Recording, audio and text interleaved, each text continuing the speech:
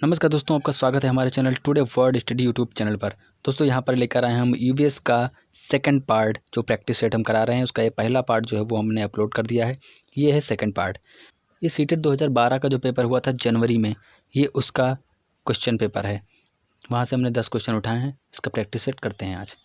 तो चलिए स्टार्ट करते हैं आज का क्वेश्चन।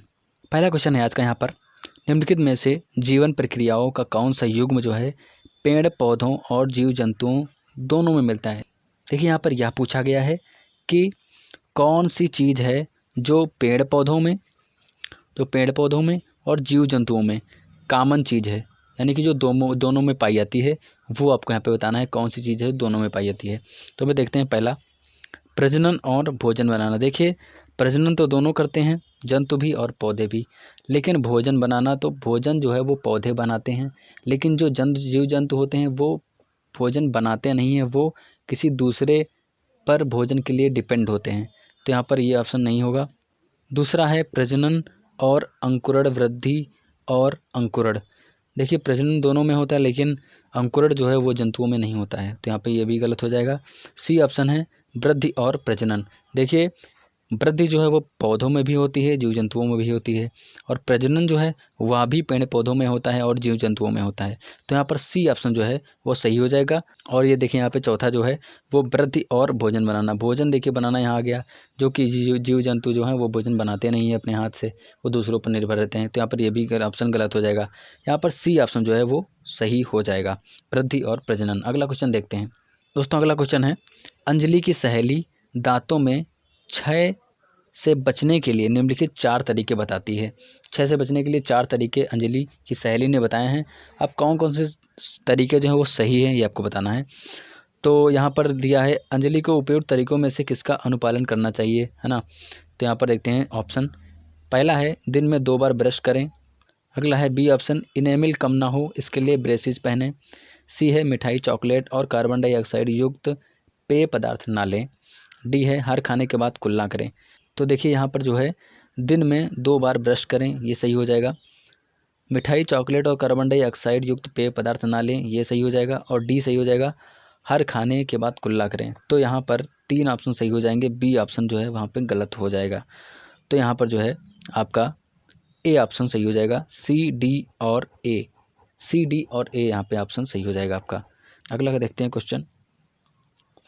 नीचे दिए गए वेन आरेख का अध्ययन कीजिए। देखिए वेन आरेख बना हुआ है, इसका अध्ययन करके आपको यहाँ पे नीचे क्वेश्चन का आंसर देना है। तो देखिए यहाँ पे एक गोला बना है ये, जिसमें कि ज़मीन पर रहने वाले जंतु दर्शाए गए हैं। एक गोला ये बना है जिसमें पानी में रहने वाले जीव जंतु जो है वो दर्शाए गए हैं।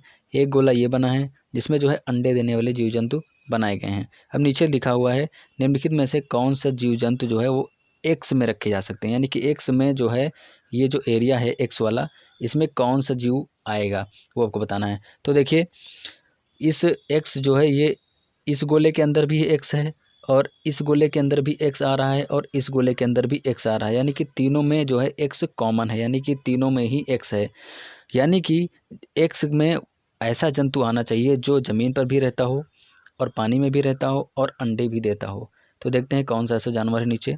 देखिए सर्पमीन, ये एक सांप वाली मछली है, ये जो है पानी में रहती है, ठीक है, ये पानी में ही रहती है, ज़मीन पे नहीं रह सकती है। यहाँ पे दूसरा है शार्क, ये भी एक मछली, ये भी पानी में ही रह सकती है। और तीसरा सी, ये मछली है, ये भी पानी में ही रह सकती है, पर पानी के बिना मर जाएगी। फिर डी की बात करते हैं, मगरमच्छ। मगरमच्छ देखिए ये पानी में भी रह सकता है और ज़मीन पर भी रह सकता है, और ये अंडे भी देता है। तो यहाँ पर जो है डी ऑप्शन सही हो जाएगा, एक्स में जो है वो मगरमच्छ रखा जा सकता है।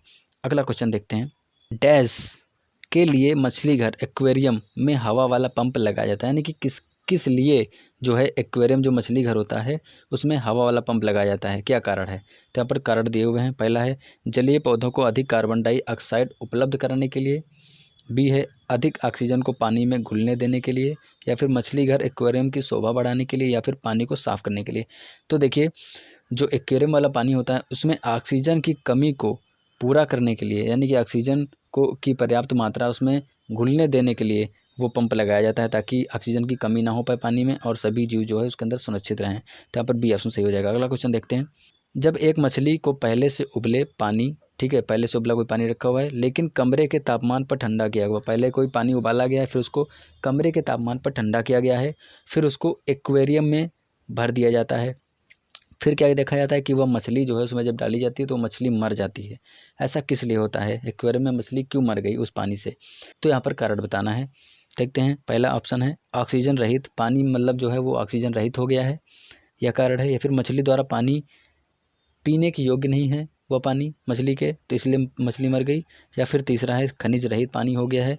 या फिर चौथा है मछली के तैरने के योग्य पानी नहीं है। तो देखिए यहाँ पर जो है ऑक्सीजन तो रहेगी ही पानी में, ठीक है, चाहे उबला हो चाहे ना उबला हो। मछली के द्वारा पानी ये भी नहीं होगा, यहाँ पे सी ऑप्शन सही हो जाएगा, खनिज रहित। देखिए जब पानी को उबालेंगे तो उसमें के जो खनिज हैं वह नष्ट हो जाएंगे, है ना। तो मछली जो है पानी से ही सारे खनिज पाती है, तो यहाँ पर जो खनिज हैं वो नष्ट हो जाएंगे जब, तो मछली कहाँ से खनिज को पाएगी पानी में, तो मछली जो है वो मर जाएगी। तो यहाँ पर सी ऑप्शन सही हो जाएगा।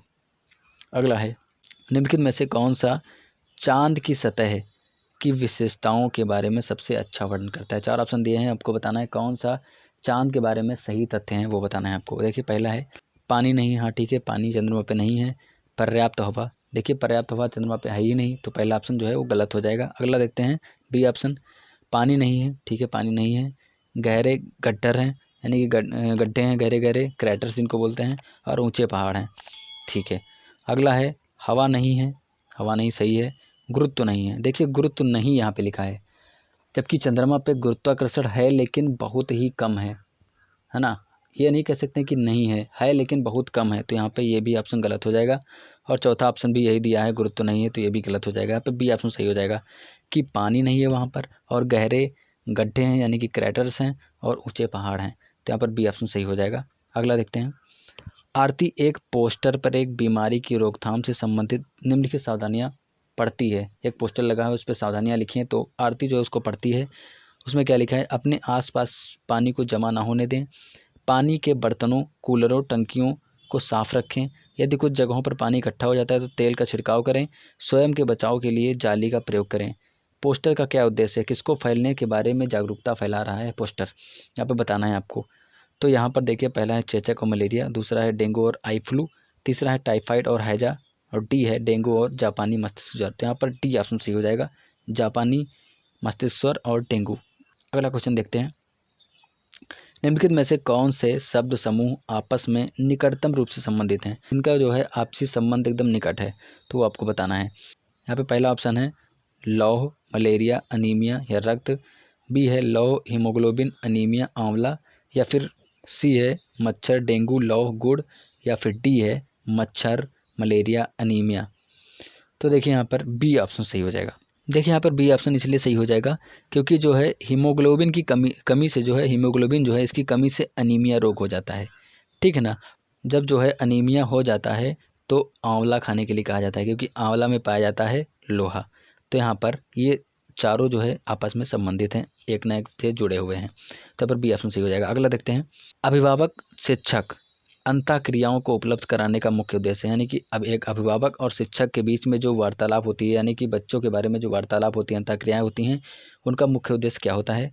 पुनर्बलन और सुधार के लिए बच्चे की योग्यताओं और कमजोरियों के बारे में चर्चा करना, ठीक है। तो पहला ऑप्शन यहाँ पे सही हो जाएगा। देखिए जो बच्चे की कमजोरियाँ हैं, जो बच्चे की योग्यताएं हैं, उनके बारे में चर्चा करना ही अभिभावक और शिक्षा की क्रियाओं का मुख्य उद्देश्य होता है, ठीक है। तो यहाँ पर पहला ऑप्शन ही सही हो जाएगा। अगला क्वेश्चन देखते हैं, यह पढ़ाते समय कि कुछ समय के लिए खाद्य पदार्थों को किस तरह से ताज़ा रखा जा सकता है, यह पढ़ाना है। तो राधा अपनी कक्षा में निम्नलिखित में से कौन सी तकनीक की परिगणना करती है, ठीक है। तो यहाँ पर देखते हैं ऑप्शन, पहला है उसे कटोरी में रखती है तथा कटोरी को एक खुले बर्तन में रखती है जिसमें ठंडा पानी रखा है, या फिर उसे एक गीले कपड़े में लपेट देती है, या सी है उसे धूप में खुला फैला देती है, या डी है उसे छोटे छोटे टुकड़ों में काटती है और अंधेरे में रख देती है। उपर्युक्त तकनीक बी के लिए, यानी कि उपयुक्त तकनीक जो बी है उसके लिए किस खाद्य पदार्थ को की ओर से वो संकेतित करता है, यानी कि बी जो है इसमें किस पदार्थ को इस तकनीकी से सुरक्षित रखा जा सकता है। तो देखिए यहाँ पर बी ऑप्शन सही हो जाएगा, हरा धनिया। हरा धनिया को हम गीले कपड़े में लपेटकर ताज़ा सुरक्षित रख सकते हैं। तो बस दोस्तों ये थे आपके 10 क्वेश्चन ईवीएस सीरीज़ के। यहाँ पर ये दूसरा सेट कंप्लीट होता है, हम 10 क्वेश्चन इसके ईवीएस के और लेके आएंगे इस क्वेश्चन पेपर के। वीडियो कैसा लगे जरूर बताएं कमेंट के माध्यम से हमें, और अगर अभी तक हमने हमारे चैनल को सब्सक्राइब नहीं किया तो जल्दी सब्सक्राइब कर लीजिए today word study YouTube channel को। मिलते हैं नई वीडियो में, तब तक के लिए नमस्कार।